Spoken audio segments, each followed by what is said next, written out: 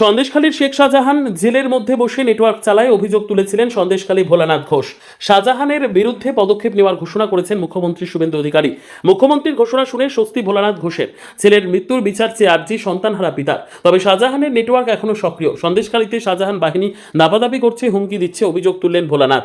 2025 সালের 10ই ডিসেম্বর শাহজাহান মামলার সাক্ষী দিতে যাওয়ার সময় সন্দেশখালীর বয়ারমারি পেট্রোল পাম্প এলাকায় বাসন্তী হাইওয়েতে ভোলানাথের গাড়িতে আচমকা লরির ধাক্কায় প্রাণ যায় ছেলেও তার ড্রাইভারের। এই ঘটনায় ভোলানাথ ঘোষ শাহজাহান শেখের বিরুদ্ধে খুনের অভিযোগ তুলেছিলেন। ভোলানাথ ঘোষ বলেছিলেন, জেলে বসে শেখ শাহজাহান মোবাইল ফোনের মাধ্যমে সন্দেশখালীর নেটওয়ার্ক চালিয়ে আমাকে খুন করার পরিকল্পনা এবং আমার ছেলে এবং ড্রাইভারকে খুন করেছে।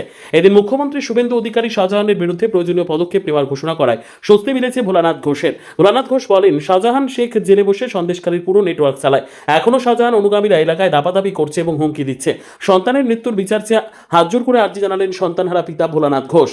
আমি তো সেই সময় ঠিকই বলেছি, শেখ শাহজাহান জেলে বসে অনেক দিন থেকে নেটওয়ার্ক চালাচ্ছে এবং সাঙ্গভঙ্গকে দিয়ে। আমি বারবার এটা জানার সত্ত্বেও ওই দিন আমার শাহজাহান মামলার ডেট ছিল বসিরহাট কোর্টে 10ই ডিসেম্বর 2025। যাওয়ার পথে বয়ারমারি ওখানে 16 চাকা লরি দিয়ে আমাকে মারার চেষ্টা করে। আমি কোনো কারণে বেঁচে যাই, আমার ছেলে এবং ড্রাইভার মারা যায়। এখনো কি এটা চলছে? আশা তো করছি এখনও চলছে। এখনও তার সাঙ্গপাঙ্গরা বাইরে ঘুরছে এবং বিভিন্ন রকম হুমকি দিচ্ছে।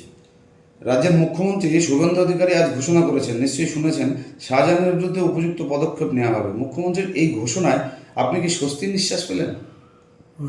সত্যি মুখ্যমন্ত্রী যেটা বলেছে আমি এখন মিডিয়া দেখে নিশ্চয়ই দেখব, কিন্তু যখন 2025 সালে ঘটনা ঘটে তখন উনি বিরোধী দলনেতা ছিলেন। আমার ছেলে যখন আর্জি করেছিলেন, পিজিতে ছিলেন, তখন উনি যোগাযোগ করেছিলেন এবং বলেছেন ঘোষ পরিবারের পাশে আছি। সেই দিনের কথা মনে রেখে বা সেই দিনের ফোনের একটা মনে রেখে এই যে বার্তা দিয়েছে, তার জন্যে আমি খুবই সন্তুষ্ট এবং আগামী দিন মনে আমরা সবাই খুব ভালো থাকতে পারবো। একটাই আমার কাছে ওনার কাছে অনুরোধ, ওই ছেলের মৃত্যু যেন সঠিক বিচারটা পাই। আর আমার কাছে ওনার করজোড়ে অনুরোধ পিতৃহারা বাবার।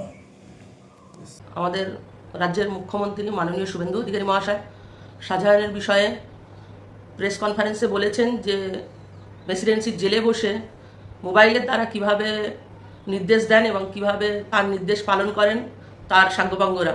তার প্রমাণ 10ই ডিসেম্বর ভোলা ঘোষের ছেলের উপরে অ্যাটাক এবং তার ড্রাইভারের উপরে অ্যাটাক, তাতে তাদের দুজনের মৃত্যু হয়। আমরা প্রতিবাদীরা আগাগোড়াই বলে এসেছিলাম যে শাহজাহান জেলে বসে এখনও পর্যন্ত নির্দেশ দিয়ে যাচ্ছেন, তার নেটওয়ার্ক চালাচ্ছেন। মুখ্যমন্ত্রী বলেছেন এর বিচার চাই, এদের ভিতরে যারা যারা জড়িত আছে তারা সকলে যে শাস্তি পাবেন।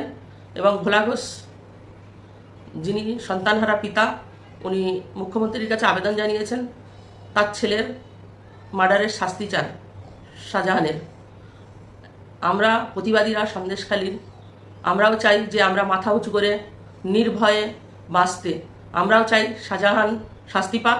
জেলের ভিতর থেকে যে নেটওয়ার্ক মোবাইলের দ্বারা চালাচ্ছেন সেটা খুব শীঘ্র যেন বন্ধ হয়ে যায়।